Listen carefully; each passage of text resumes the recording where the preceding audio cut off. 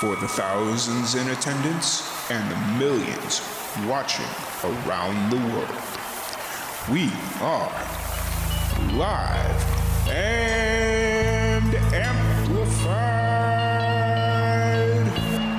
So let's get ready to podcast. Fire it up.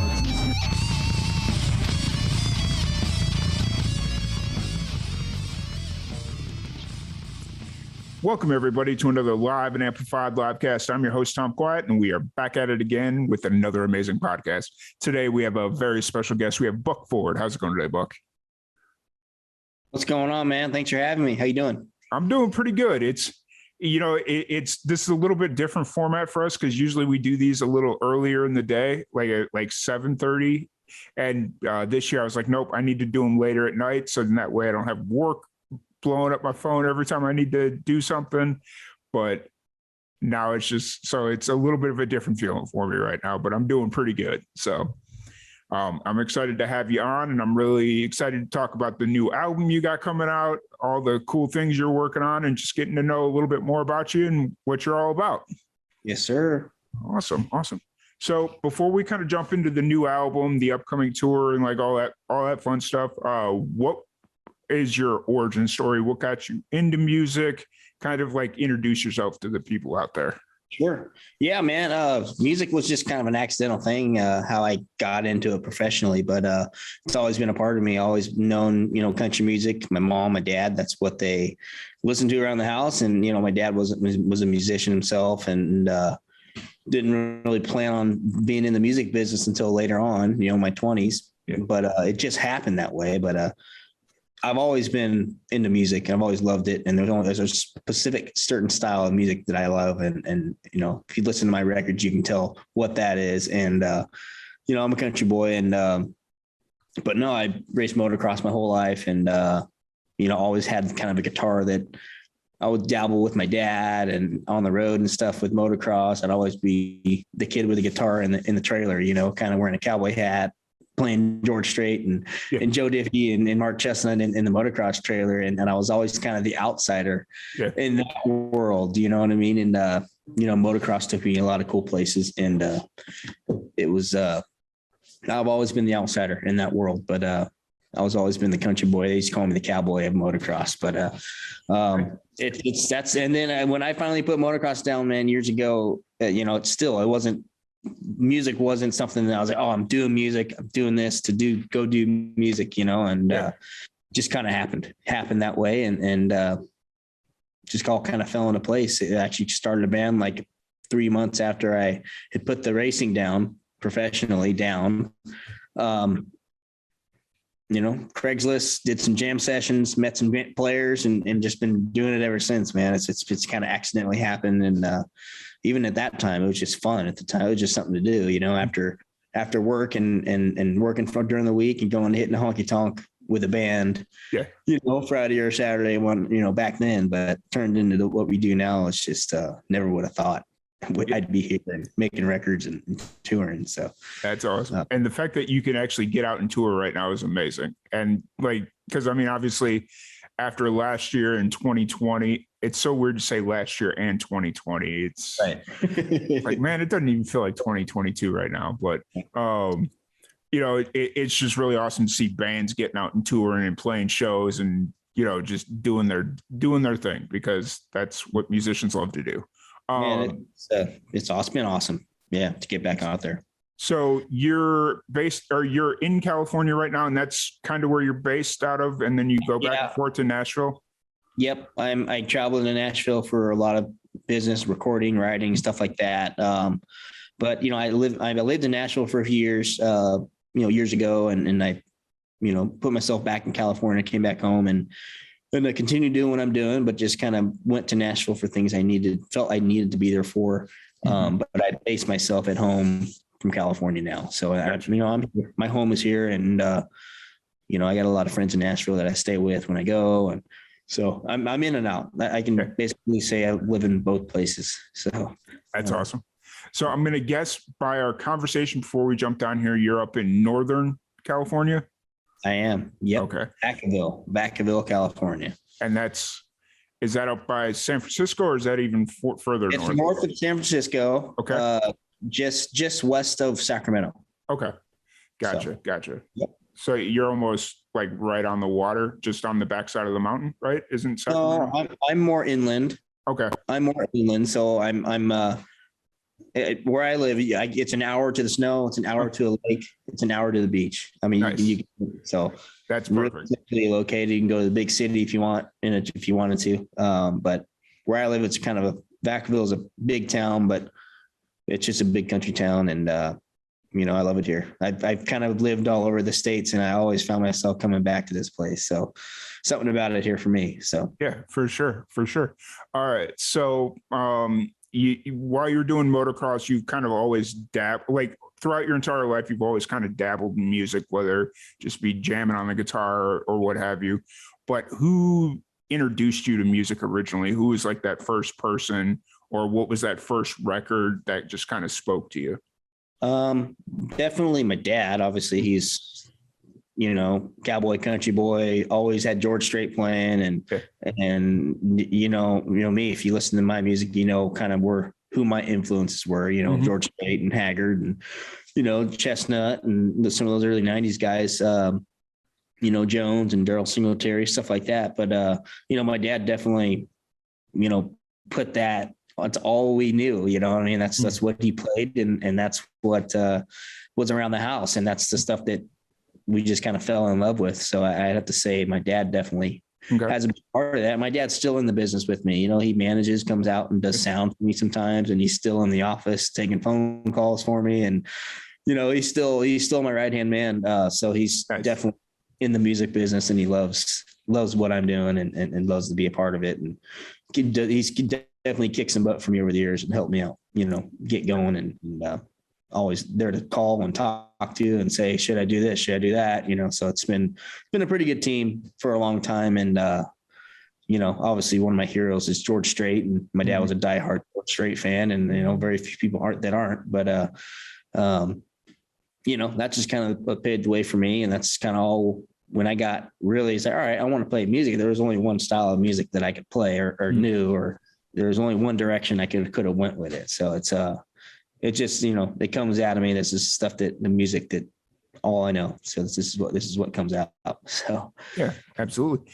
And when did you kind of discover your talent of being able to sing and play music, play guitar, stuff like that? It wasn't until I was about a teenager. I've always, when we were kids, we'd always go in the living room around the holidays and do like our favorite talent show, or nothing serious, but like, I would sing or be a goofball on a air guitar and do dumb stuff. And my brother would do like breakdancing, and, we had all our own different things that we did. And, but it wasn't until I was around 15, 16 that I, was really, all right, I can start putting songs together and, learning the songs that I like, learning all these chords. And, it became something that I did on the road when I was riding and, traveling with, my parents and my trainer, and on the road when I was riding motocross. We travel from, state to state on the circuit, and I'd have a guitar in the back and always jamming and doing stuff and, putting songs together. But it wasn't really I was really around 17, 18 when I really started really interested in going to concerts and seeing, guys that, I'd go see, like Craig Morgan, and saw George Strait a few times, and, a handful of guys that I like to go see. It was just very, intrigued in that kind of stuff. And, right when I was around 20, like a few things had happened in the motocross business where I was just done. I was, get some money in that sport. I was, professional racer for 4 years, and I owe a lot to that sport. I really do. I mean, it's did that my whole life, and I respect it. And I'm back riding again now for fun, and, I'm having more fun than I used to, just because it's not, there's no pressure. I don't have to go out and do, be this certain guy out in the track. I can just go out there and have fun and don't worry about anything. And, so I owe a lot to that sport. And it wasn't even until I was around, 18, 19 that I really was like, man, this is pretty cool stuff. I can enjoy doing that. And, when I put the motocross down, I was just, I went to work, construction worker, and in the family business, and I was like, well, what the heck am I going to do on the weekends? What am I going to do for fun? And, or so went to different jam sessions and found band members just in the weirdest ways. Craigslist. I mean, just, if you're in the music business, back when Craigslist wasn't a creepy place to go. Right. No, like I said, I've been, through a handful of great musicians and that have toured with me and did help me out so many years together on the road, and so many just crazy stories out there, just how we've met and, just how we put shows together. It was a crazy time. And to be where we're at now is just pretty awesome. And I got a really great team with me, and we go out and like to play the same music that I like to play. And it's just, they're my brothers and they're my family. So it's like I said, like we were saying about COVID and stuff, where it's just such a blessing to get back out and play. And it's like we like rekindled us, because like we got after COVID kind of a year off, we went back out, and it's like even the people that come to the shows, it's just a different demeanor. People are ready to have a good time, ready to party, ready to just, like they missed it. They missed it all. Obviously missed that stuff for a whole year. They couldn't even go out to watch a movie or do something or anything entertaining. So it's like, it's just really cool now how everyone's just kind of like on a different level of good time. So it's really quite a blessing. And as we're booking 2022 is going to be insane. It's going to be great. So, I mean, you kind of brought it up. I remember the first show that I went to after like the whole pandemic kind of started subsiding. And it was like a weird environment where it was like people didn't know how to react or act around one another, just because like some people are super sensitive about COVID. Some people just don't care, and so you just kind of had to feel each other out. And then as things started opening back up and people got comfortable being out in public again, it was like, okay, no, we can just jump right back into it and it's all good. So it was a really interesting experience. So staying on that track, what did you do during COVID to kind of keep the musical dreams and aspirations alive? Were you doing a lot of writing, a lot of recording, or were you specifically working on this album? Yeah, I was actually. So during COVID, it's been 4 years since I had a record out, and which is kind of a long time. I mean, people, especially for people that haven't heard me before or don't know me, they see me as a new artist. Well, I mean, I've been doing this for 14 years, and I got 5 records out, Nashville records. And so it's like, I was pumping them out every 2 years since I started putting a band together. I was pumping them out every 2 years. And that's kind of was my thing. And then I went on not on a break, but we were just so busy with touring and playing. We just went and played gigs and shows for like 4 years straight after our 4th record. And, we had a bunch of stuff. I had a bunch of stuff sitting in a catalog, that I could have cut and could have went and done it, but we were just it just wasn't the right timing. And I'll tell you what, when COVID hit, I was just like, well, I'm going to Nashville for a little while. And that's what I did. I went and, went to Greg Cole's house, my producer, and put together some arrangements and just kind of, finish off some writing with some of my friends in town in Nashville as well. And just picked some of my favorite songs that were either pitched to me. And I wrote 8 songs on this record. So, and then I always like to pick songs that are pitched to me from other writers too, because they're different. They give it a little bit different taste, and a lot of them are freaking just damn good, and I want to cut them. So, basically what I did is went to work, recording the new record. And I'm like, all right, I'm gonna get a record out this year. I have to, and the record's been done for a while. I just been pushing some singles out. There's 3 singles out that if you haven't heard them yet, but they're out there. But the record comes out July 21st, so it's 13 new songs there, and basically that's my COVID record. That's what we did when we were down, and when we couldn't really go out and do much. So it was kind of I utilized the time a little bit to do this. So like we definitely didn't lose a whole year, I mean, playing is what we do. Going out live and playing, that's what we do. That's what we have fun doing. We couldn't really do that, which it sucked. It was horrible. But like I told you, when we came back, like it was just such a, like, we rekindled the flame. Like we were all ready to play. The band was ready. We were just like, dude, let's just play every freaking gig we can get. And, and we did. And like, we're just so lucky now and blessed that we're just, the schedule is just like going crazy right now on the rodeo and the fair circuit, and doing a lot of headlining stuff with some great bands that are on the bill with us. And we're just having fun. We're really just taking a different angle at it, and really working it, and just we're having a blast right now.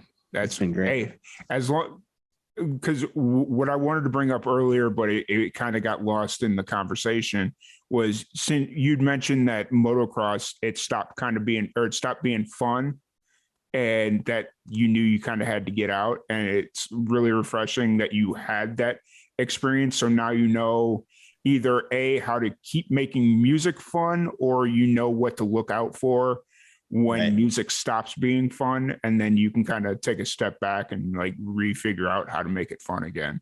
Sure. So that's really it. That's just a real interesting thing that a lot of people don't grasp either right away or at all throughout their entire music career. They just keep grinding it out. And then eventually they get to a point where it's like, well, I just wasted 20 years of my life and I hate what I do, Yeah, I really would. Yeah, I totally get that. And I know people that have been there and done that, and it's, it could happen to anybody really, but it's, like you said, it's, I've kind of been through it with another career, and I kind of feel like I've kind of halfway done it with this career, not on purpose, but it just happened with COVID and how it all worked, and how we really love music. We love playing, and we really know, how to spice things up and really keep it fun. And, it's important, there's so many things to go out and do. It's like, you got to make sure you find something that you love. You know what I mean? It's,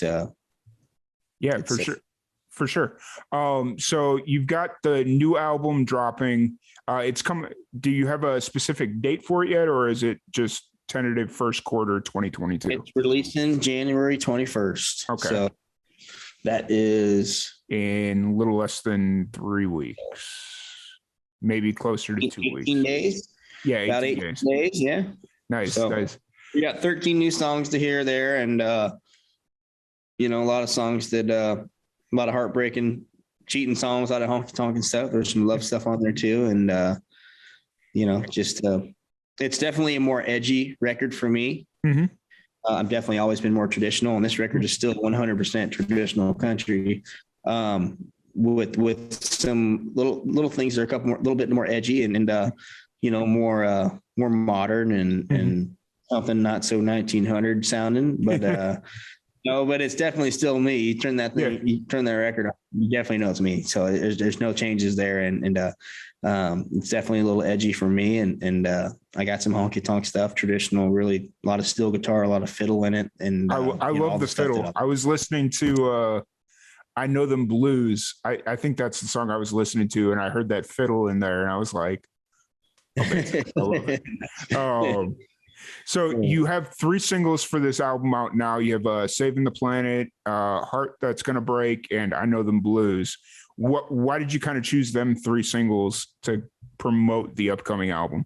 I did those. So I picked, Saving the Planet was the first one. Mm-hmm. I picked that one because I had release time was right around August for me when it was ready. And I was like, all right, I got to get something out before like end of summer, when everything was still kind of jumping and people were having fun at the beach and the lake and all that kind of stuff. So I picked Saving the Planet because it's just, you can listen to that thing on boat. You can listen to it out roping or with your buddies. And, it kind of had that political thing in there too, that it could catch people like, oh, like which political party is this guy's going to bash, cause it's like in the first verse, it's like, it seems like you're going to go a certain way, whether it's one way or the other. But he doesn't. It's just basically just like, oh, not really a big deal at all. I'm just going to have more fun and drink more beer and recycle that good time. You know what I mean? And so I picked that one first, and it's just a fun summertime song. It was just the first one for me. I think it was great. The second song was Heart That's Gonna Break, song I wrote. One of my favorite songs that I've written on this record, and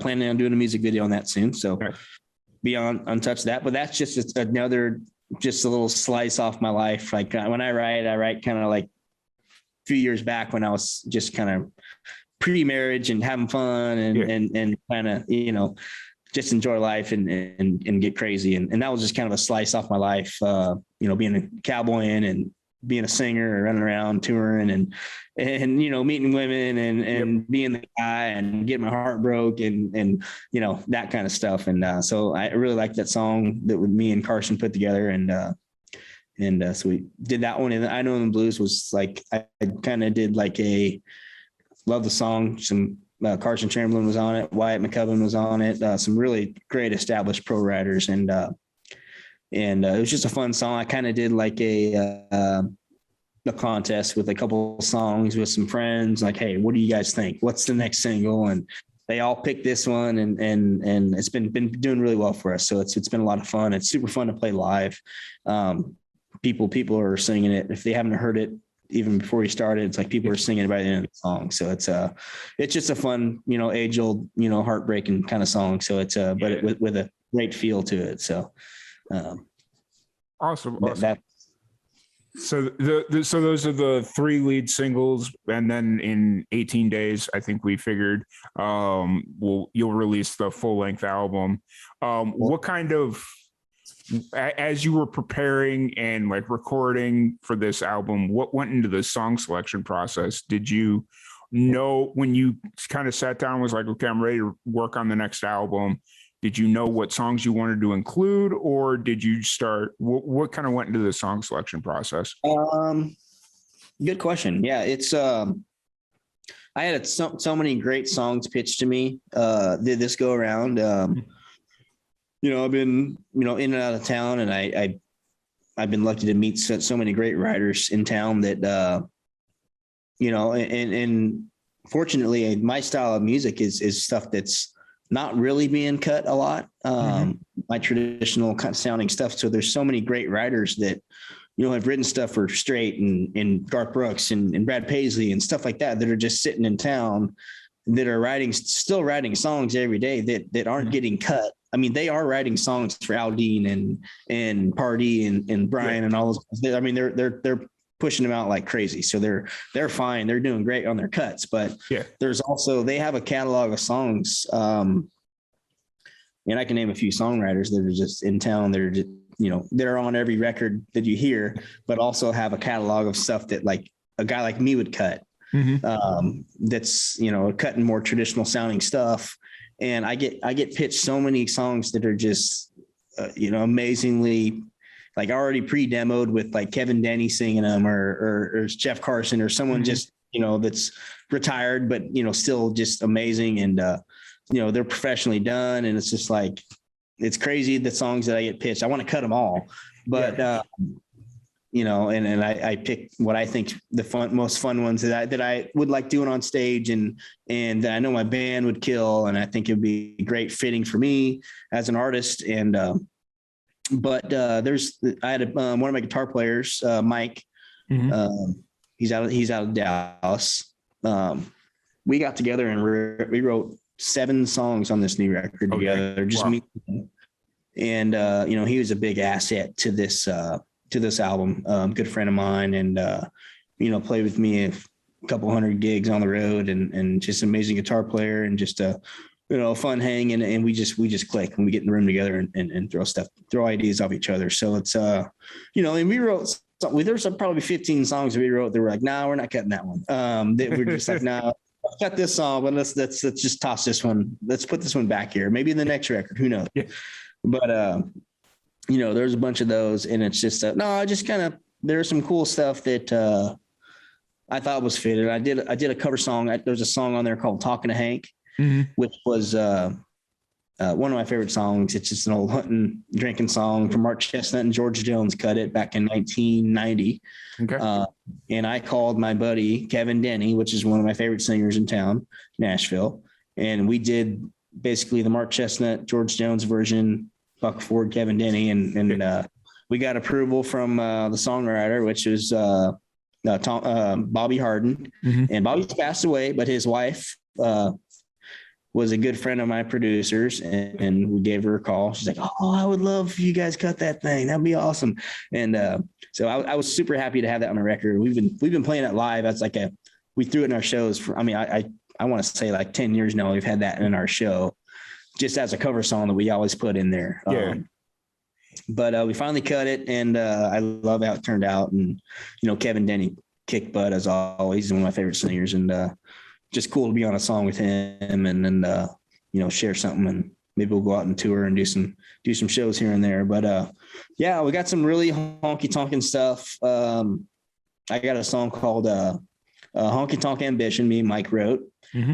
It's just tearjerker, kind of crying in your beer, steel guitar, fiddle, twin fiddle. It's just got me written all over it. And we had a lot of fun writing that thing and kind of putting some ideas together and throwing that. There's a fun one called A Little More Country, where it's like, if this kid, if you want your girl, you want to spice up your love life, this is what your girl wants. And then we go around this whole laundry list of things of like, how to be more country, and you don't have to ride bulls. You don't have to freaking go out and be this cattle rancher, but you can throw on this shirt from Boot Barn and be more country. And it's just kind of more of a fun, kind of goofy cornball kind of song that we had fun with. And it's fun live too. It's just a goofy one, and a lot of good playing on it. So it's and that's just a couple there. We got a whole, roster of things on the record that are just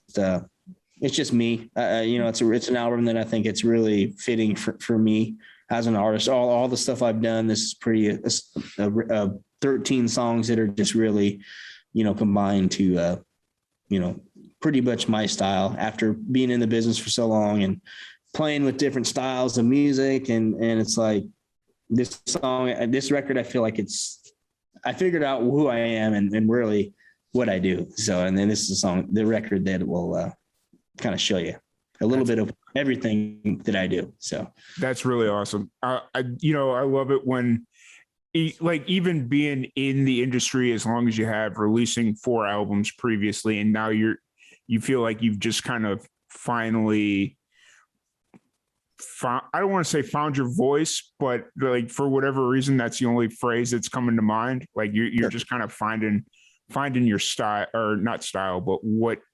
Yeah, we'll just leave it at that because sure. my brain's. Well, I hear you. No, it's crazy. I find myself on it too, because it's like I find myself more like being in the business so long. Like when I was younger, I like try to do stuff that would like, oh, if I do this, like people would like me more. Or if I did this, this person would like me. And it's like you can't please everybody. And you now I'm just like, I'm figuring out what I like and what music is. You're being honest to yourself. There you go. That's true. And more so now. Yeah. Right. So more so now on the new record, that's like, all right, I know who I am. I know the music that I cut, and I know the music that's fitting for me as an artist. And so this record definitely shows that for me, that it's like, all right, I figured out what I do. This is it. This is here. You don't have to like it, but this is me. You know what I mean? So absolutely. So now that the album's coming up on a couple of weeks away, once it releases, what do you hope people take away from it? Obviously, you want them to have a good time listening to it, but what do you hope they take away from the album? Country music, man, it's still here, and I gotta give it a lot. I gotta give it to like my people that come out and travel to see us live, to really to bring these songs to real life. I mean, I think we put so much extra spins on these songs when we do them live. It's the records are cool. The records are great. I have some of the best players on those records that do those for me in Nashville. But it's like everything's there. All those pieces are there on the records, and it really tells who we are. And then when we want to come see a show, I mean, it'll tell you who we are by those records. And when we come out, it's like so blessed to see those people that still want to hear that music, and it's still alive, man.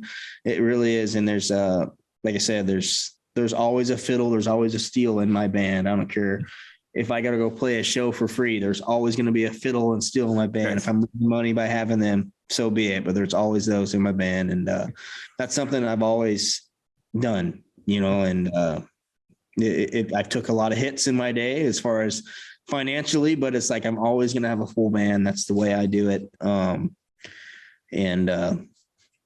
do acoustic gig here and there, but very, very seldomly do I do that. I'm just I know what I want to go out and play, and Mhm. it's country music's alive, and I still feel like there's room for it out there. Mhm. There's some people that want to hear it, and I still think there's a place for it. So this record, there's a lot of country music in this record, a lot of steel, a lot of fiddle, like I said, a lot of telly, country playing, a lot of chicken picking kind of stuff. So Nice. Awesome.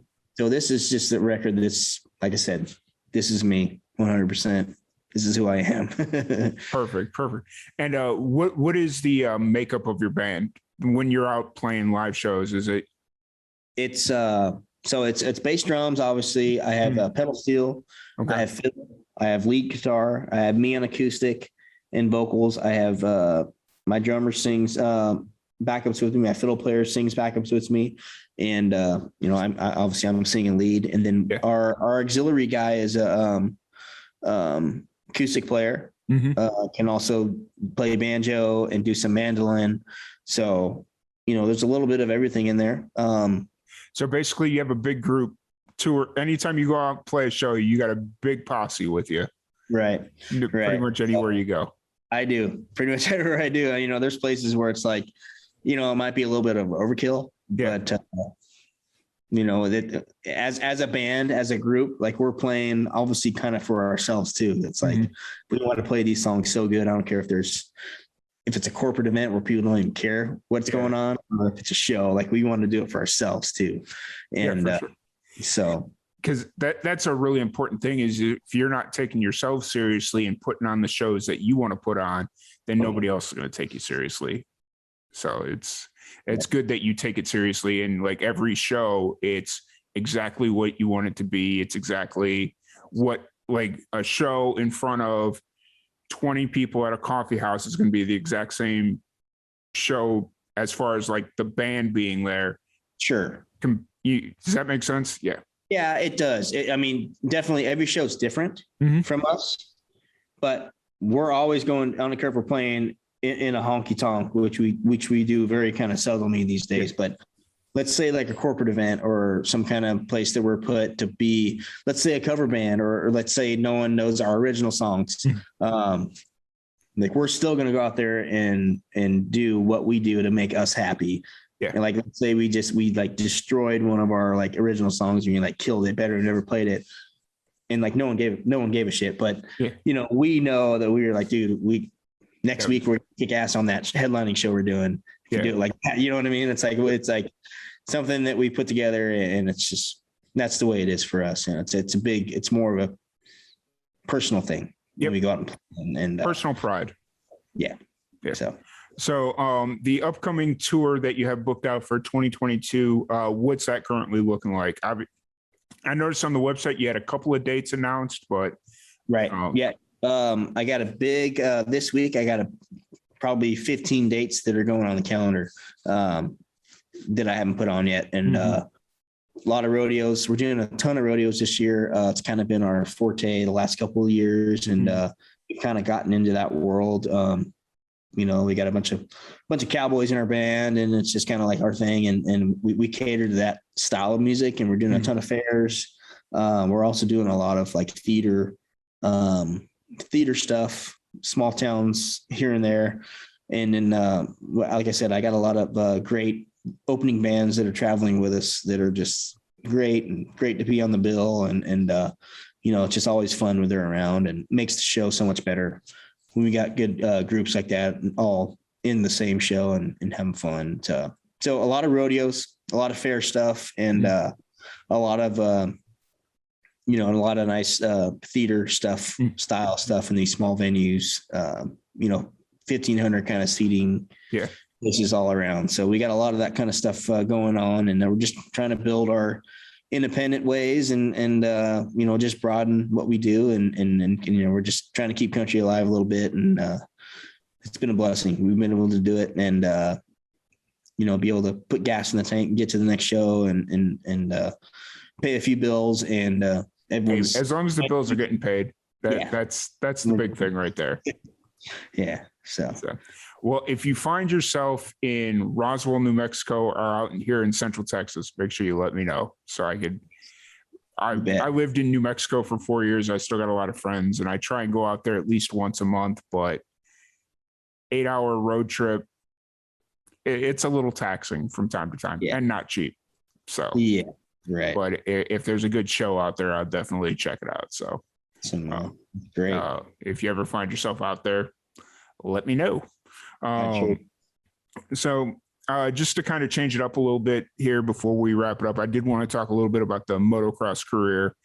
You were a professional motocross rider for 10 years. Did you do like the national tour, or what was that kind of? So I did. So I started when I was 7. Started racing locally, and by the time I was 10 or 11, I was doing amateur nationals all over the states. Did that all the way until I was 16. I turned professional at 16. So 17, 18, 19, 20. 4 years of professional racing, and then I rode just every little, shotgun, Top Gun kind of, dash for cash pro race locally. And then, I've ridden across, and I did all the stuff. And then, I got a ride to race to ride Supercross in 2009 from a satellite team. And so I gave it the benefit of its doubt. I went out there, I did Loretta Lynn's. I did, multiple times at Loretta Lynn's, some top 10s and stuff like that. And, I was AMA pro rider, number 200 at that time back in 08. So, I rode a handful of outdoors, a little bit of Supercross, I did an arena cross circuit on the West Coast. But I did all that, and I don't know, motocross is, I owe a lot to it. There's a lot of regret in that sport as I'm older and trying to, like, I have nephews and stuff that are in that sport, and they're doing really good, and very promising to be pro riders as well. And when they're there, I just want to be able to give them all the input I can. And there's so many things I would have done different when I was 17 or 18. I was a kid. I didn't know if I can go back now, a lot of things would be different, obviously, for a lot of us, no matter what we were doing. But I owe a lot to that sport. And, I'm sitting here looking at my bike right now, wanting to go ride. But it's, no, it was a great sport. It was great. My mom and dad were always, with me in the trailer. They were there to support me, and, had a lot of great, sponsors that were there for me, even when I decided to be like, hey, dude, I'm done. And I'm not doing this anymore. And there's a lot of people that really got on me for making my decision that I made, that were, like bitter. They were either fans or like, dude, you're like at the peak of your career. What are you doing? I'm like, I'm just done, man. Just done. And it's so funny, like all the people that were in my position then, or guys that were established and been there and done that, they're like, dude, my hat's off to you. You're a champion. You won so many races. You've done your thing. Just a bump in the road, dude. Get on with your life and go have fun with something else. This is nothing. You know what I mean? And there's a lot of great people that helped me get to that next journey in my life. And, and it's just a bump in the road, man, whatever you're doing. And you can always do something else, so. For sure. So it was, 2009 or 2009, 2010 when you decided to call it quits? Yeah. 09. Yeah. Okay. December of 09. Okay. So 2010 pretty much. Yeah. Gotcha. That was about the time that I started getting into it a little bit more than playing ATV, MX Crossroad Fury, whatever it was on the Unleashed, MX versus ATV Unleashed. Yeah, there you go. So much fun. Man, good stuff. That's the last video game I've ever played. Was really? That one? Yeah. Okay. I actually have it sitting back here somewhere because about 2 years ago, I was sitting here. I knew I wasn't going to be able to go anywhere for the holidays because it was I couldn't afford it. So I went and bought a PlayStation 2, and I bought that game, and I still have it. I play it every once in a while. I don't play it that often, but so fun. Yeah, it's amazing. I love it. So no, I just wanted to talk about that a little bit more, just to kind of get a little bit more background, because it was an interesting fact that was on your website and the some of the information that I had gotten on you. So that was really, it's really cool. And yeah, figured we'd talk about it a little bit. Thanks, brother. I appreciate it. Yeah, no, that was a time in my life that I do miss, and there's a lot of mixed emotions in that when I think about motocross. So it's a great sport. I love it. Don't regret anything about ever being in it. But there's a lot of, a lot of thoughts run through my mind when I think about it nowadays as a 30-year-old guy. That's like, man, was I right? Was I doing the right move?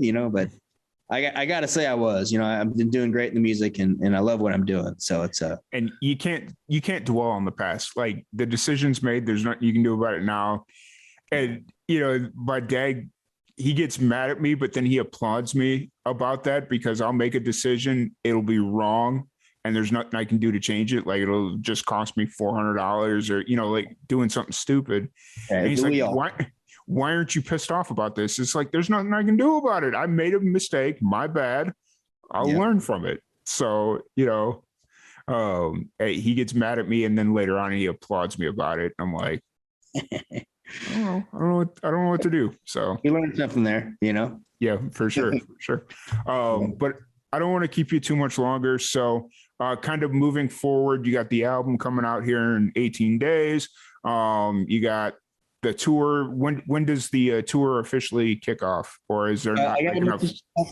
February we got stuff starting. I got some corporate things I'm doing this month. I got 3 or 4 corporate shows that I'm doing in California this month, just kind of keep us busy. We always have something to kind of keep my band busy and keep us rolling. But February we're doing a lot of rodeo stuff, a lot of fair stuff starting already, and just a lot of little theater stuff in your town, near you all around. So it's we're doing that kind of thing, and taking a chance on that. So we're just going to get the record out and try to promote it all we can. So there's 3 singles out. There's going to be 10 more songs January 21st, and we're just going to go from there. We got a big time spring summer tour already booked. So it's consistent of fairs and rodeos. Like I said, it's a bunch of that kind of stuff, and festivals. We're doing a lot of country festival stuff here in the West Coast. So nice. We're awesome. So people want to check out your shows and the album and all that stuff, and kind of keep up to speed with what you got going on. Where's the best place for them to do that? Go to buckford.com. There's links to all my social media. Obviously we have an active Facebook, we have an active Instagram, there's some TikTok, we're doing a little bit of that, Twitter, all that stuff. So we got all the platforms, and go listen to our music anywhere there's a platform, our music's there. So, Apple Music, Spotify, Pandora, all that stuff, crank it up, listen to it, and go to a website. It'll take you to all those platforms. So that's starting point, buckford.com, and just go from there. Awesome. Well, once again, thank you so much for hanging out with us. Really appreciate it. Anytime you want to come back on, feel free to reach out. We'd love to have you back on. Thank you everybody for tuning in. If you're new to Live and Amplified, you're just finding out about us, make sure you're visiting liveandamplified.net. That's our website, all our socials, all that fun stuff. Make sure you're supporting Buck Ford. Go to his website and listen to the album when it drops here in 18 days. But once again, Buck, thank you so much for jumping on here. Thank you everybody for tuning in, and we will catch you all later. Thanks, brother. Appreciate you. Cool.